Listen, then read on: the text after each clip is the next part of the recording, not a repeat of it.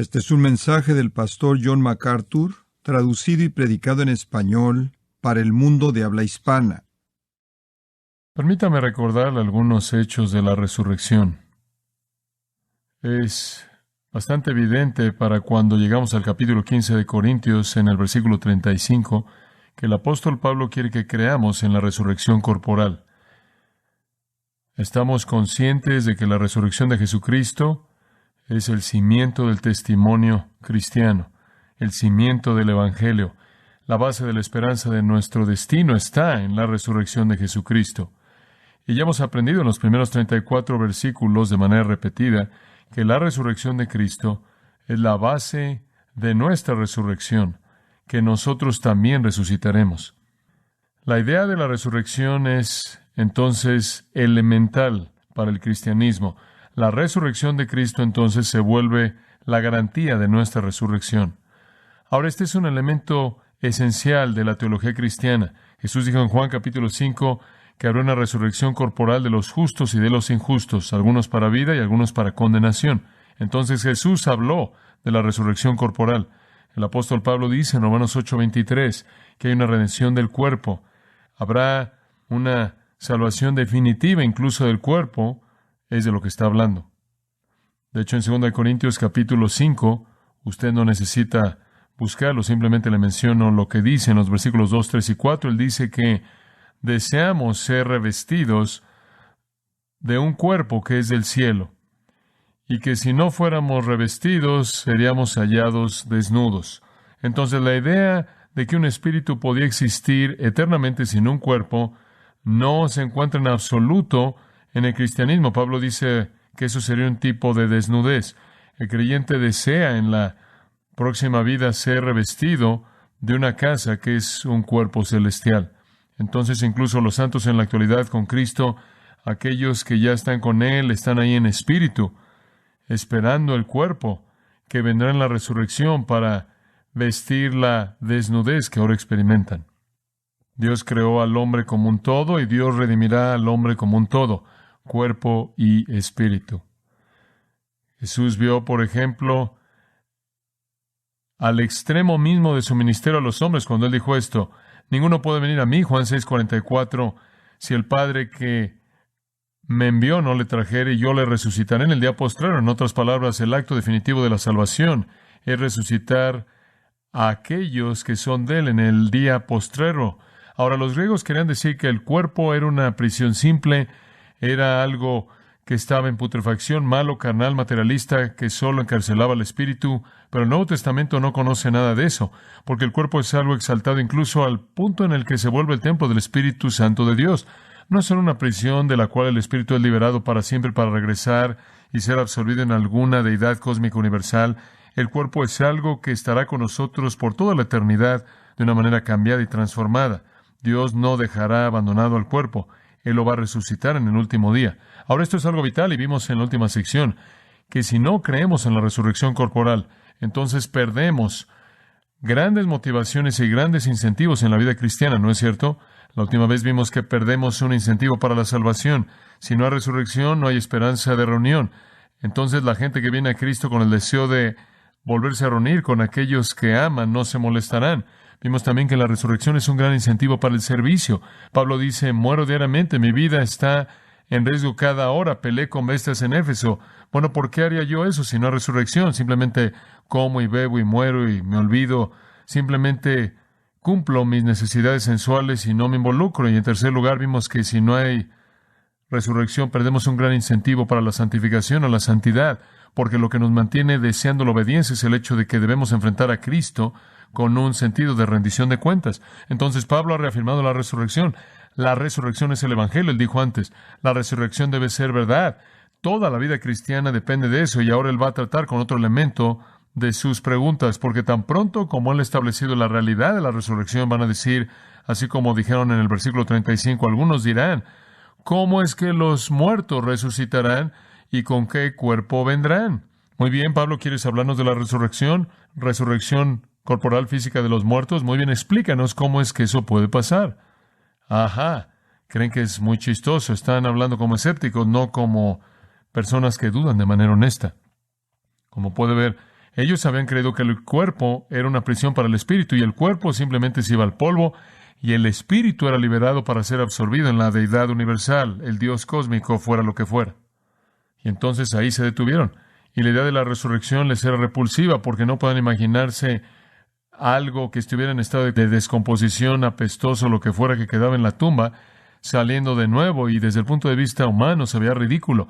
Y en base a eso hicieron estas preguntas. Y por cierto, los escépticos griegos en cierta manera habían alimentado su postura por los rabinos. Al estudiar un poco esta semana de lo que los rabinos solían pensar, algunos de los rabinos antiguos acerca de la resurrección, me encontré con información algo interesante. Un punto era que los rabinos básicamente enseñaban que el cuerpo de resurrección sería un cuerpo idéntico al que moría.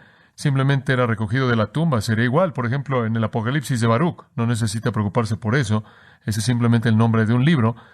Está la pregunta del escritor del Apocalipsis de Baruch que pregunta si habrá algún cambio cuando los hombres resuciten. La respuesta del rabino es esta, y cito: la tierra entonces ciertamente restaurará a los muertos, no hará cambio en forma, pero así como lo recibió, así será restaurado. En otras palabras, estaban enseñando que el mismo cuerpo saldría. Y sin duda esto salió de su propia manera de pensar.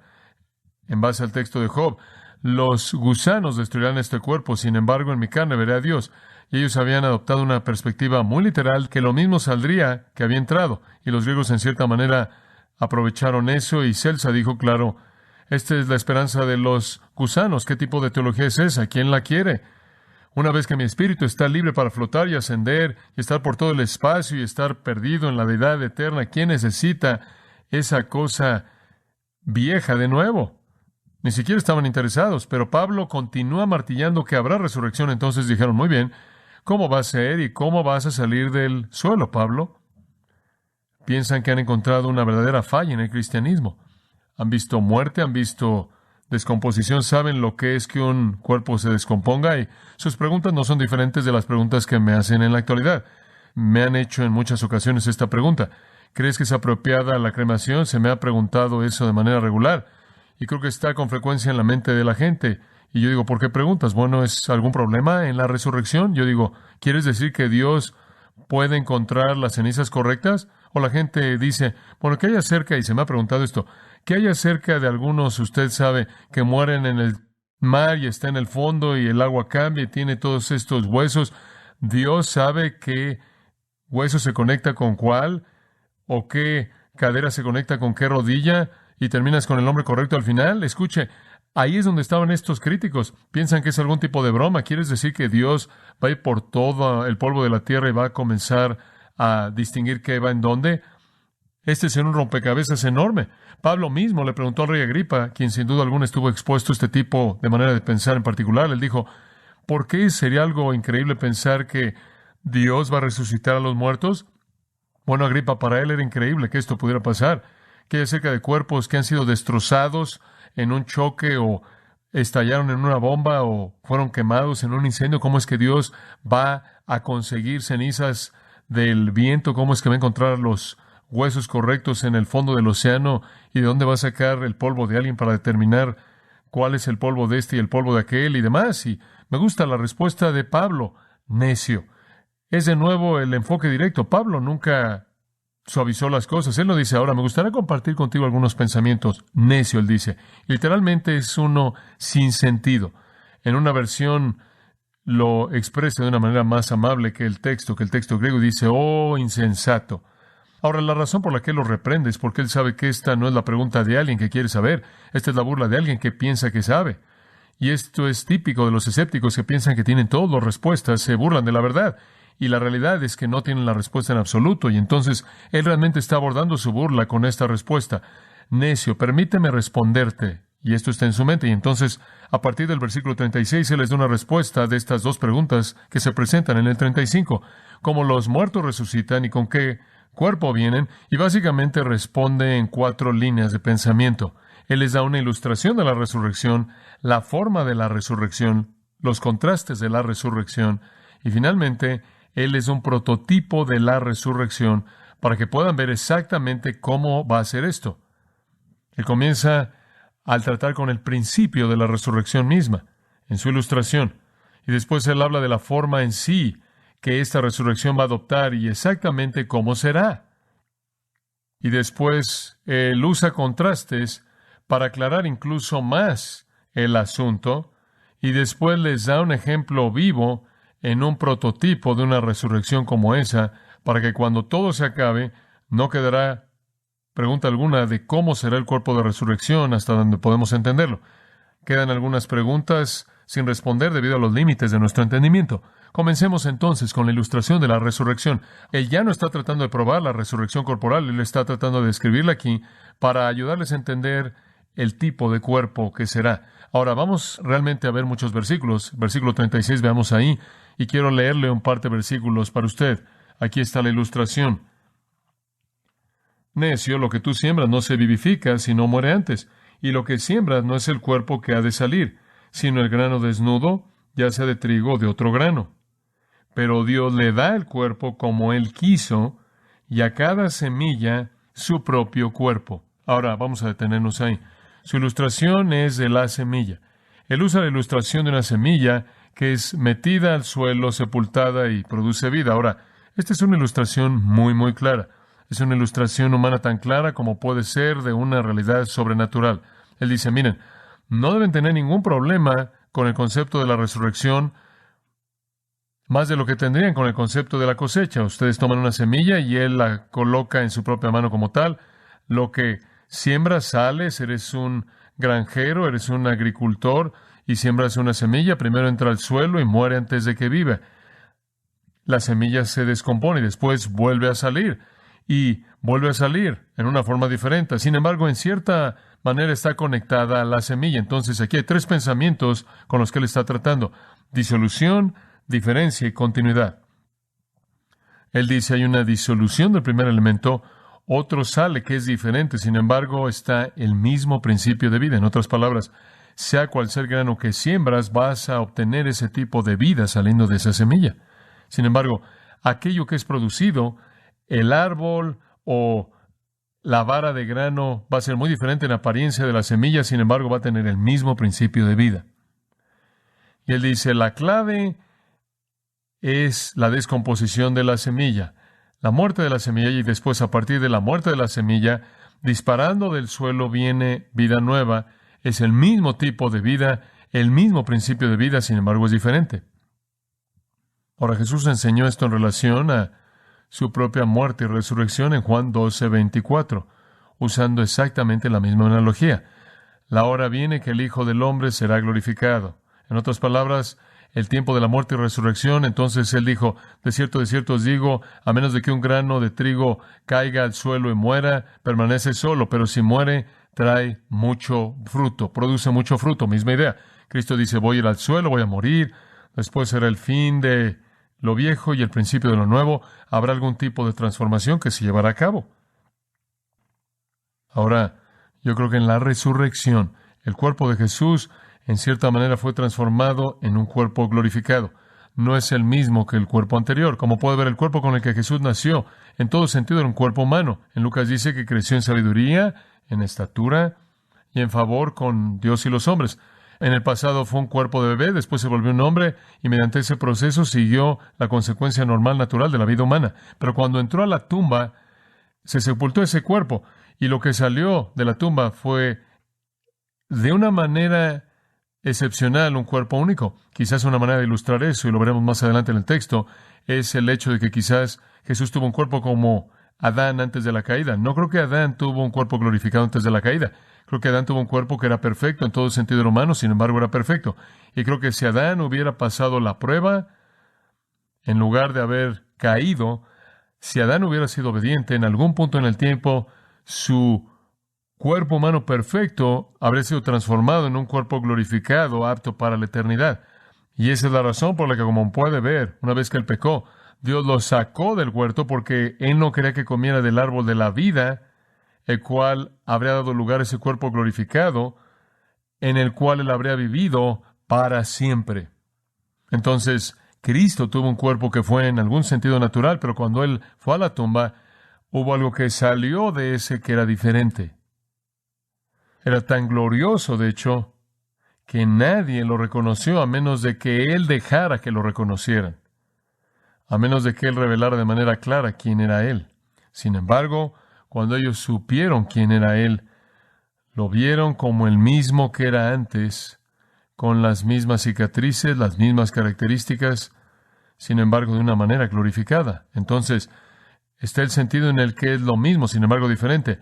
Aquello que fue verdad de Cristo, y eso es lo que Pablo está diciendo que será verdad de nosotros. Este cuerpo va a ir a la tumba, hay descomposición, y en un sentido, en términos simplemente de una analogía, saldremos de esa tumba de una manera diferente.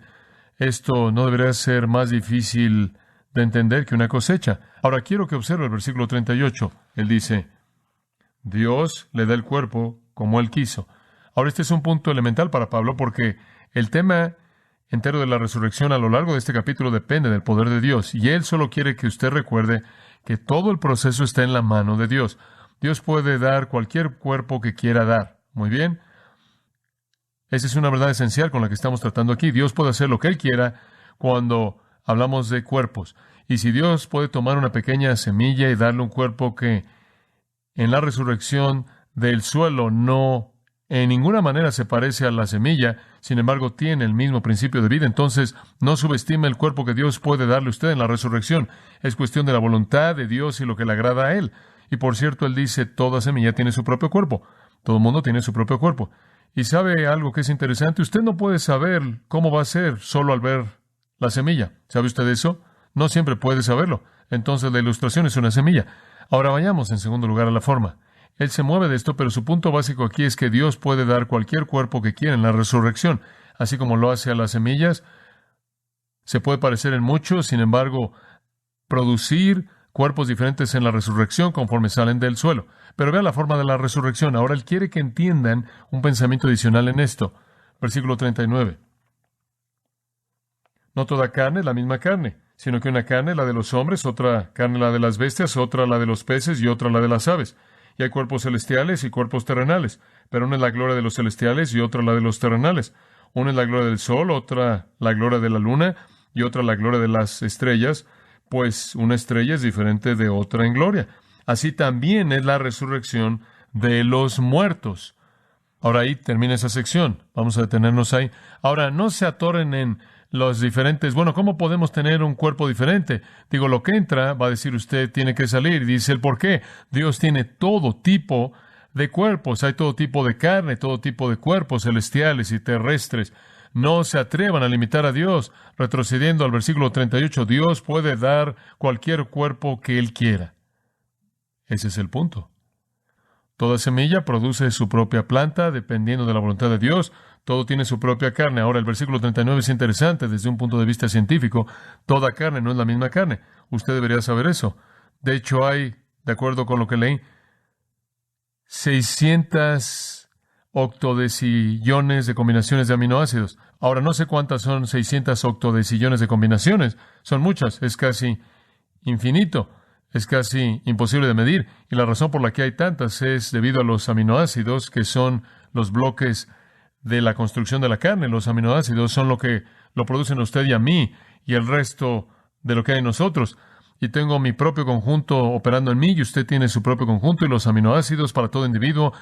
Las combinaciones son únicas, no hay dos personas iguales. ¿Alguna vez ha observado una diferencia en complejidad y características de cara y capacidad de arrugas y resistencia en diferentes personas? Todos somos diferentes, los colores del cabello, todas diferentes características, los patrones de crecimiento, anchura, altura, todas esas cosas. Todo es diferente porque cada individuo, no hay dos estrellas iguales, no hay dos flores iguales, no hay dos pastos iguales, no hay dos copos de nieve iguales, no hay dos cosas iguales, ni siquiera los gemelos idénticos tienen su propio conjunto de aminoácidos. Ahora, esto de hecho, por cierto, es una de las pruebas más grandes en contra de la evolución que se encuentra en algún punto en la ciencia, porque no importa lo que coma, todo sale usted. Usted no podrá comer nada más que Kentucky Fried Chicken por los siguientes 10 años, si no, le van a salir plumas. Y la razón por la que no va a pasar eso es debido a los aminoácidos en combinación que están en su cuerpo, van a producirlo usted. Usted no podrá comer nada más que hamburguesas y nunca va a volverse una vaca. No se va a convertir en una vaca, debido a que la combinación de los aminoácidos es tan excepcional para su cuerpo que va a producirlo usted. Y esto simplemente va en contra de la idea de la evolución. Por ejemplo, en el proceso evolutivo, las serpientes se volvieron aves. Las serpientes no se pueden volver aves, porque no importa lo que quieran las serpientes, y la idea de la evolución dice que ascendieron por los árboles y anhelaban volar por 1,000,000 de años y finalmente se les concedió su deseo, sin importar lo que deseen. Esa es la verdad, digo, no es la verdad, pero eso es lo que dicen que es la verdad. Esa es una verdadera mentira, muy bien, pero como puede ver, no importa lo que hagan las serpientes, los aminoácidos simplemente siguen produciendo más serpiente. No les salen plumas y tienen huesos huecos y vuelan. Cuando la Biblia dice que hay todo tipo de carne y toda carne no es la misma carne, eso es lo que quiere decir. Escucha, Dios no tiene problema. Cuando hablamos de manufacturar, Él no opera en base a una línea de ensamble. Él no está refrenado por algún modelo. Él puede, en su capacidad ilimitada, hacer lo que quiera hacer. Entonces, no diga que lo que entra va a salir o está metiéndose con la capacidad creadora de Dios. Eso es elemental. Eso es lo que le está diciendo. Ahora, veamos lo que dice el versículo. Él simplemente dice, hay carne de hombres, hay carne de bestias, carne de peces, carne de aves. Y eso es verdad. Nunca se cruzan. Versículo 40. Y después él entra a un área más amplia. Él dice, no solo estos cuerpos son terrestres, y eso significa de la tierra, y eso se referiría a animales y plantas, sino que también hay cuerpos celestiales. Y él dice eso, claro, significa cuerpos celestes, y sabemos cuáles son los cuerpos celestes. El sol, la luna, las estrellas, se los menciona en el siguiente versículo. Pero la gloria del celestial y la gloria del terrestre es otra, y realmente la gloria es muy diferente. La diferencia entre una flor bonita y el sol es muy grande. Mucha diferencia. Una flor bonita es bonita y tiene cierto tipo de gloria, pero no tiene nada como el sol. Y hay estrellas en nuestro universo que son como 1,000 soles y más. La gloria del celestial. Escuche, lo que usted ve en la tierra no es lo que tiene que estar allá arriba, es lo que él está diciendo. Desde el punto de vista humano, vemos una flor y vemos después una estrella y no hay comparación. Una flor se acaba en una semana, la estrella ha estado ahí desde que Dios creó. Ahora observe aquí, hay dos tipos de cuerpos, dice él, el terrestre y el celestial, hay una gran diferencia. Entonces lo que él está diciendo es, escucha, en la resurrección, el cuerpo va a ser diferente. La gloria del cuerpo de resurrección puede ser infinitamente más allá de lo que podemos concebir en esta tierra. Lo terrestre. Lo terrenal, versículo 41, lo lleva aún más lejos. Hay una gloria del sol, otra gloria de la luna. La palabra gloria significa manifestación. El sol se manifiesta a sí mismo en una luz brillante de una manera, la luna en una luna brillante de otra manera, las estrellas en una luz brillante de otra manera. ¿Y sabe usted que incluso hay estrellas que difieren de otras estrellas? Usted ve el cielo, todas se ven iguales, pero no lo son. Donald Petty en el Reader's Digest dijo esto, y cito, como las flores, las estrellas tienen sus propios colores. A primera vista, todas se ven como cristales congelados, pero se concentra en esa para observarla y usted descubre un espectro sutil en las estrellas. La calidad de sus luces es determinada por sus temperaturas. En el cielo de diciembre usted va a ver Aldebarán como un rosa pálido, Regel como un blanco azulado y otra estrella de naranja a un amarillo. Fin de la cita. Entonces, eso es simplemente una idea. Son diferentes, toda estrella es diferente, todo sol es diferente, las lunas son diferentes, todo es diferente, son únicas. No hay dos estrellas iguales, no hay dos soles iguales, no hay dos personas iguales, no hay dos flores iguales, no hay dos pastos iguales, no hay dos aves iguales, no hay nada en pares igual. Entonces Dios tiene una capacidad ilimitada. Esta es la torpeza del hombre que dice, ¿cómo es que él va a recoger todos esos pedazos y los va a volver a ensamblar? Pablo dice, hombre, Dios puede hacer lo que quiera, y los límites no están ahí. Entonces las semillas varían, los cuerpos terrestres varían, los cuerpos celestes varían, y los cuerpos de resurrección pueden tener una gloria propia, y Dios no está limitado. Si Él lo quiere, lo puede hacer. Ahora, la palabra gloria simplemente significa manifestación, y eso es lo que le está diciendo, pero conlleva la idea de luz, Shekinah, y también conlleva la idea de resplandor de Dios, la vida misma de Dios, como veremos. Entonces Él dice en el versículo 42, así también es la resurrección de los muertos. En otras palabras, la resurrección de los muertos va a ser un tipo de gloria diferente de cualquier tipo de gloria que jamás hemos visto antes. No limite a Dios. Ahora, esto es sorprendente en muchas maneras. Dos ideas salen del pensamiento, así también es la resurrección de los muertos. ¿Qué estás diciendo, Pablo? Número uno, estoy diciendo esto. El cuerpo de resurrección será diferente del cuerpo aquí. Muy bien. El cuerpo de resurrección, nuestro cuerpo de resurrección va a ser diferente del cuerpo que tenemos aquí. Pero creo que también está diciendo algo más. Ahora observe esto. Creo que le está diciendo, en la resurrección, los cuerpos que poseemos serán diferentes en cierta manera el uno del otro. La gente con frecuencia nos pregunta, cuando lleguemos al cielo, ¿seremos como Cristo? Sí, 1 Juan 3:2. Bueno, ¿eso significa que todos nos veremos como Cristo? ¿Todos tendremos 33 años de edad para siempre, etcétera, etcétera, etcétera? La gente con frecuencia hace esa pregunta. Realmente no lo creo. No creo que todos nos vamos a ver como Cristo y vamos a ser iguales.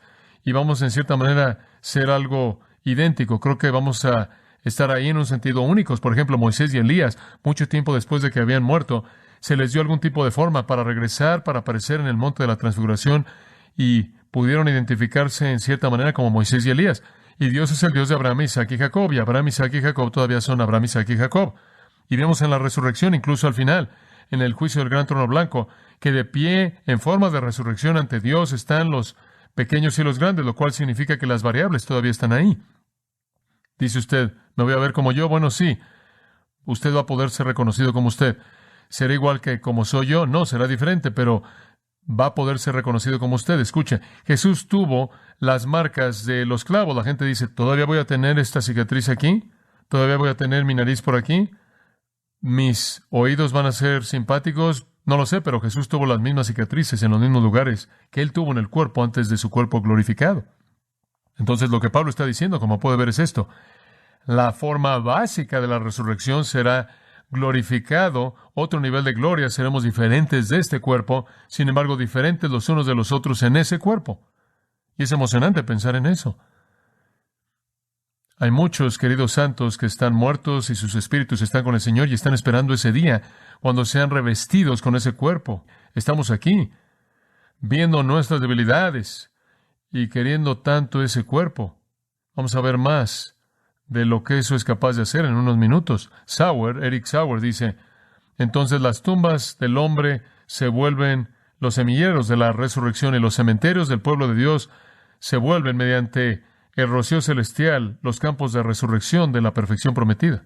Ahora, veamos la tercera cosa que él dice. La ilustración de la resurrección es la semilla, la forma de la resurrección, un cuerpo que va más allá de cualquier cosa que hemos conocido aquí, porque Dios tiene la capacidad de hacer eso, diferente de esto, incluso en esa forma diferente el uno del otro. En tercer lugar, los contrastes de la resurrección. Él quiere que entiendan cómo esto puede pasar, cómo puede suceder. Entonces, en el versículo 42, él dice esto. Se siembra en corrupción, resucitará en incorrupción. Se siembra en deshonra, resucitará en gloria. Se siembra en debilidad, resucitará en poder. Vamos a detenernos ahí por un segundo. Él dice, escuchen, hay una serie tremenda de contrastes que van a llevarse a cabo en este cuerpo. Ahora él dice, en primer lugar, hay un sembrar en corrupción. Permítame ampliar esa afirmación. Él no simplemente está hablando de sepultura. La vida entera humana manifiesta corrupción, ¿verdad? Desde el momento en el que nacemos, comencemos el proceso de corrupción. El nacimiento es el comienzo de la descomposición y comenzamos a descomponernos inmediatamente. Entonces, la vida entera es corrupción. Polvo eres y al polvo volverás. Los 4 días en la tumba y Marta ve ahí y dice, Señor, ya para este momento apesta. Y la corrupción, claro, es acelerada en la tumba. Pero el proceso entero de la vida es descomposición. Vivimos en una esfera de corrupción. Nos descomponemos, nos enfermamos, nos debilitamos. El proceso sigue y sigue. Nuestros músculos se debilitan, nuestros huesos se debilitan, etcétera, etcétera, entre más vivimos. Entonces estamos viviendo en una esfera de corrupción. Ahora, estamos en ese estado de corrupción, sembrado en corrupción, y está hablando de sepultura. Se siembra en corrupción, entonces eso que es corrupto se siembra en el suelo como esa semilla cuando morimos. Y después él dice, literalmente, se resucita en incorruptible, pero lo que va a pasar en el futuro no va a ser corrupto, va a ser incorruptible. Esa es la razón por la que Pedro dice que tenemos una herencia que es incorruptible, incontaminada e inmarcesible, reservada para nosotros en el cielo. Hay una existencia incorruptible, sin descomposición, sin debilidad en el futuro. Entonces, entramos a la tumba corruptos, salimos incorruptibles. Es algo fantástico entender esto. Ese cuerpo nunca va a descomponerse, nunca va a envejecer, no va a tener una limitación de tiempo, no va a tener capacidad de deteriorarse. Vamos a ser incorruptibles de manera permanente. sin descomposición. Ahora, algunas personas, me acuerdo de Ole Jaggers, que solía estar en la televisión y le decía a la gente que cuando usted se salvaba, que Dios redimía el cuerpo físico, y el cuerpo físico, si usted tenía cierta unción que le daban a usted ahí, el cuerpo físico nunca estaría en descomposición y usted viviría literalmente para siempre en su cuerpo físico. Y me acuerdo que en una ocasión estaban teniendo la unción. Lo llamaban el aceite de la juventud. En cierta manera era una especie de pasta roja, se vería así como grasa, que olía a pino o algo así. Pero bueno, yo decidí, fui con mi esposa, fuimos una tarde. Después de todo estábamos llegando a la edad madura de los 25 en ese entonces y estábamos muy preocupados. Y yo era un seminario algo descarriado y quería saber qué estaba pasando ahí. Entonces entré y le pidieron a la gente que pasara al frente, que quería ser ungida, y entonces mi esposa trató de detenerme, pero yo me escapé antes de que ella me atrapara. Usted entiende, ella comenzó a detenerme por el brazo y tuve que quitarme los zapatos porque decían que era un piso santo. Entonces lo hice y pasé ahí, y unas 45 señoras de edad que realmente necesitaban el aceite de la juventud y estaban muy preocupadas por eso. Y todos nos formamos y cada uno tomó su turno y fui ungido y me salpicaron la cabeza, y le puedo dar una palabra de testimonio personal: falló, no funcionó en absoluto. No hay manera de preservar esta corrupción. Eso simplemente es parte de la existencia humana. Pero habrá un día cuando Dios sacará de esa tumba a John MacArthur en versión incorruptible. En segundo lugar, él dice, hay otro contraste entre la deshonra y la gloria. Y creo que aquí lo que él quiere decir es que el hombre tenía la capacidad potencial de ser. Usted sabe, Dios hizo al hombre y lo vio y dijo, es bueno, y Dios le dio al hombre gloria más allá de lo que él había hecho. Y con eso quiero decir que Dios le dio al hombre la capacidad de manifestarse a sí mismo más allá de cualquier otra cosa que él hizo. Tuvo una capacidad más grande de manifestar a Dios. Solo el hombre fue creado a imagen ¿de quién? De Dios. Y entonces el hombre podía manifestar a Dios. El resplandor mismo de Dios podía venir a través del hombre. La vida misma de Dios podía ser visible a través del hombre, pero el hombre pecó y deshonró y distorsionó esa imagen. Y entonces la vida entera del hombre, desde la caída del hombre, es una deshonra a la imagen de Dios. Pero algún día ese potencial de gloria va a ser restaurado. En esta vida somos una deshonra. Nuestras capacidades están limitadas, nuestras mentes están limitadas. Toda la capacidad inimaginable del cerebro humano, y nos dicen que usamos la 10% de 1% de nuestros cerebros. Deshonramos a Dios por nuestra incapacidad de aprovechar lo que tenemos en la creación. Deshonramos a Dios porque fracasamos. Y finalmente vamos a la tumba y allí estamos, feos y detestables, y nos pueden pintar como miembros horizontales de una fiesta de cóctel ya tarde, pero estamos muertos y lo vemos y apestamos y deshonramos la imagen de Dios. Pero algún día, dice Pablo, vamos a salir de esa tumba en gloria. En otras palabras, en la manifestación completa de los hijos de Dios como Él nos hizo. No más deshonra, no más corrupción. En tercer lugar, él dice, somos sembrados en debilidad y resucitados en poder. Sembrados en debilidad y resucitados en poder. Sabemos que somos débiles en esta vida, sujetos a la enfermedad y al fracaso y al dolor y a la muerte, y no podemos cumplir nuestros sueños y nuestros deseos, y no podemos superar nuestras limitaciones, no podemos conquistar nuestras debilidades. Luchamos, somos víctimas por todo lo que nos rodea, por el ambiente, las cosas que comemos, la gente que nos rodea. Somos débiles. ¿Y qué pasa? Vamos a la tumba y esa debilidad definitiva se vuelve obvia. No podemos resucitarnos de la tumba, no podemos hacer nada. Somos como Lázaro, quien en la tumba era corruptible, él estaba ya descomponiéndose, quien en la tumba era deshonroso. Cualquier persona que lo viera no veía la imagen de Dios. Quien en la tumba era débil, él no podía hacer algo por sí mismo, pero de esa tumba en algún punto sale un cuerpo resucitado en poder. Ahora, lo que eso significa es el poder pleno que Dios diseñó que un ser humano poseyera de manera definitiva en la transformación. Tendremos poder que simplemente va más allá de lo que podemos. Literalmente estaremos viajando por todo el universo, poder ya sin limitaciones. Martín Lutero dijo de nuestros cuerpos, y cito, por débil que sea ahora, sin todo el poder y capacidad cuando esté en la tumba, así de fuerte se volverá cuando venga el tiempo, de tal manera que nada será imposible para él si tiene una mente para hacerlo. y será tan ligero y ágil que en un instante puede flotar aquí abajo en la tierra o arriba en el cielo. Fin de la cita. Eso es simplemente un elemento del poder de nuestros cuerpos en la resurrección. Ir a toda velocidad por todo el universo. La tumba revela la verdad acerca del cuerpo. Es corruptible, deshonroso, débil. La resurrección revelará la verdad acerca del cuerpo glorificado, incorruptible, glorificado y poderoso. Y él lo resume en el versículo 44 al decir, he sembrado un psúquicon soma, un cuerpo natural. Lo que él quiere decir con eso es que es un cuerpo apto para esta vida.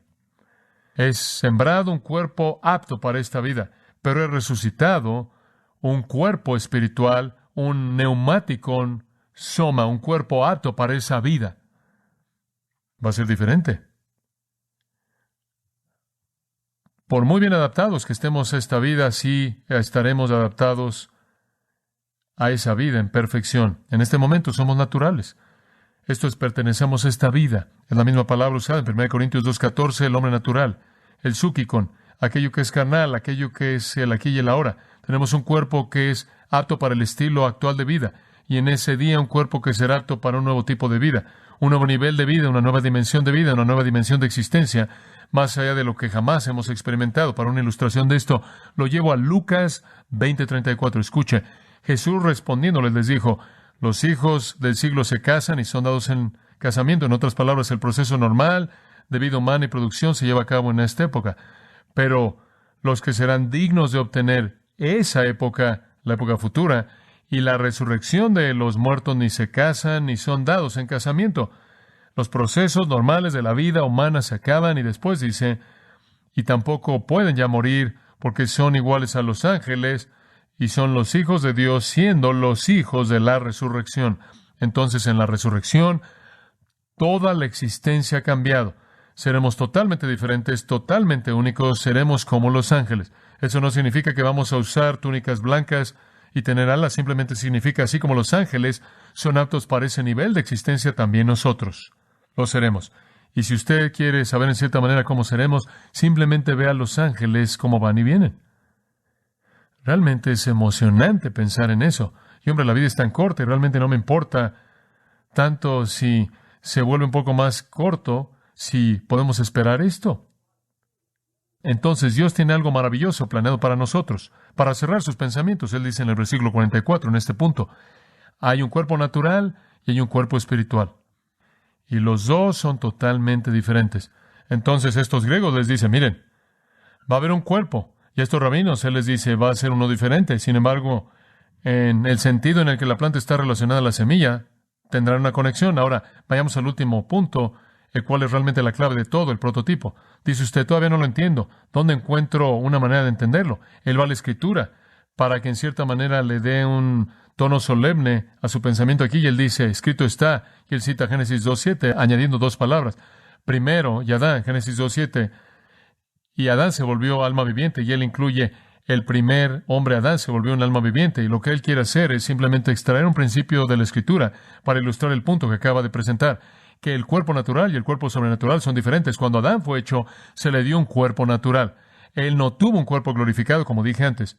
Si él hubiera pasado su prueba, creo que Dios habría transformado su cuerpo por el fruto del árbol de la vida, pero no fue así. Él pecó y Dios tuvo que mantenerlo alejado de él. Pero a Adán se le dio un cuerpo natural. Él solo era un psúquicon vivo, solo un cuerpo viviente sintonizado a esta época. Pero, dice él, más allá de la afirmación de Génesis 2, y él incluye esa afirmación ahí, simplemente avanza. Esto no está en Génesis 2. Él dice, el postrer Adán, ¿y quién es ese? Cristo, fue hecho un espíritu que da vida, mientras que Adán nos dio un cuerpo natural porque él fue creado con uno. Cristo nos da un cuerpo espiritual porque a él se le dio uno en su resurrección. Ahora, por cierto, Pablo usa la analogía de Adán-Cristo muchas veces por esta razón. Es una ilustración perfecta de cómo el acto de un hombre afecta a una raza entera. Y entonces esa es la razón por la que lo usa con tanta frecuencia. Así como un pecado de Adán trajo pecado a todos los hombres, como un hombre, Adán, recibió un cuerpo natural, así toda la descendencia de Adán recibe un cuerpo natural. Así también un hombre, Cristo, por un acto justo, redime a muchos. Y un Cristo resucitado, recibiendo un cuerpo glorificado, se vuelve, por así decirlo, el prototipo para todos los cuerpos de resurrección. Entonces, él usa a Adán y a Cristo porque ambos son una persona haciendo una cosa que tiene ramificaciones para una raza entera de personas. Él realmente es un contraste entre dos cabezas de dos familias. Entonces Adán, él es el prototipo de lo natural, él es el prototipo del suke. El suki con lo natural, las cosas que pertenecen a esta vida. Cristo, el prototipo para el cuerpo espiritual. Y él sigue ese pensamiento. Observa el versículo 46. Acordaos, él dice, no obstante, que no es primero lo espiritual, sino lo que es natural, y después aquello que es espiritual. En otras palabras, él simplemente dice, recuerden la secuencia.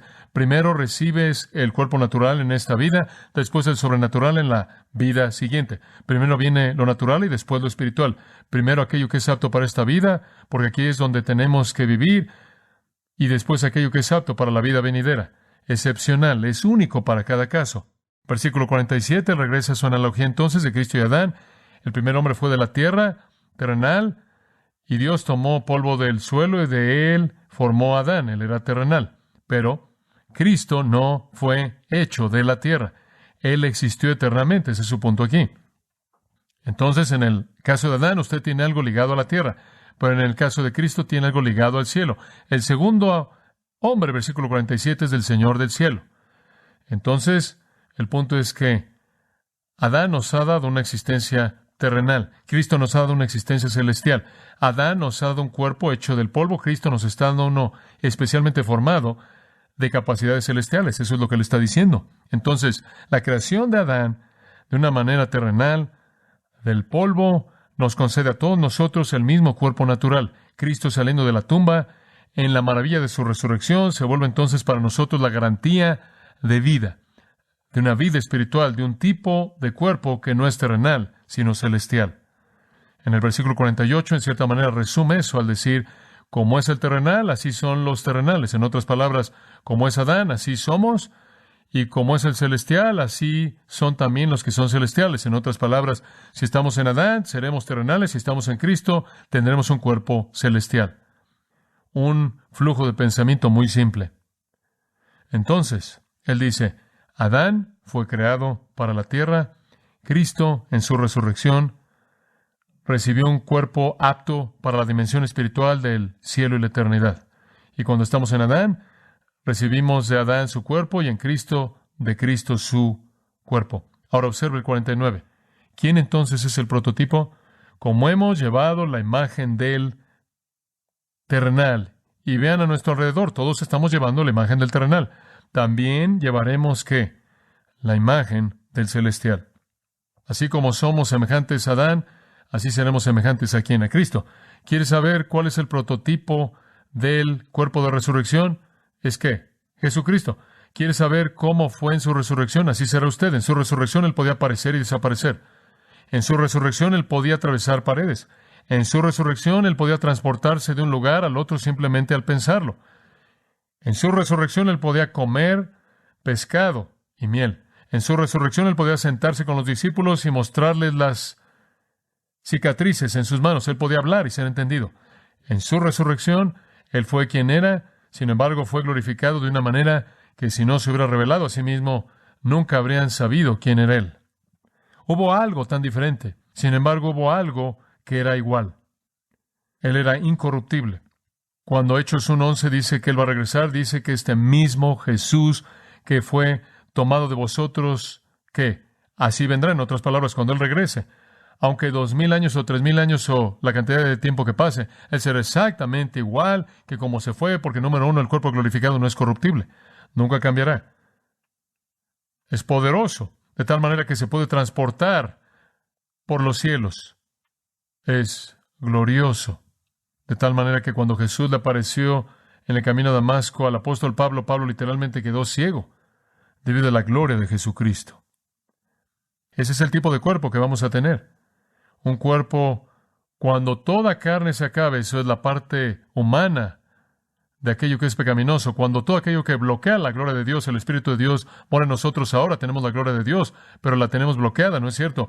Por nuestra humanidad y nuestro pecado. En aquel día seremos transparentes en el sentido de que la gloria de Dios literalmente va a brillar a través de nosotros, literalmente va a brillar a través de nosotros. Tengo que mostrarle un versículo y después voy a terminar en un segundo. Mateo 13:43. Escuche esto, me encanta. Entonces, simplemente escúchelo, no necesita encontrarlo. Mateo 13:43, escríbalo.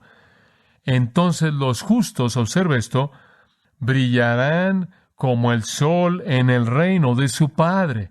¿Entendió eso? En la resurrección, literalmente estaremos brillando como el sol en el reino del Padre. Seremos como soles brillantes, algún tipo de gloria.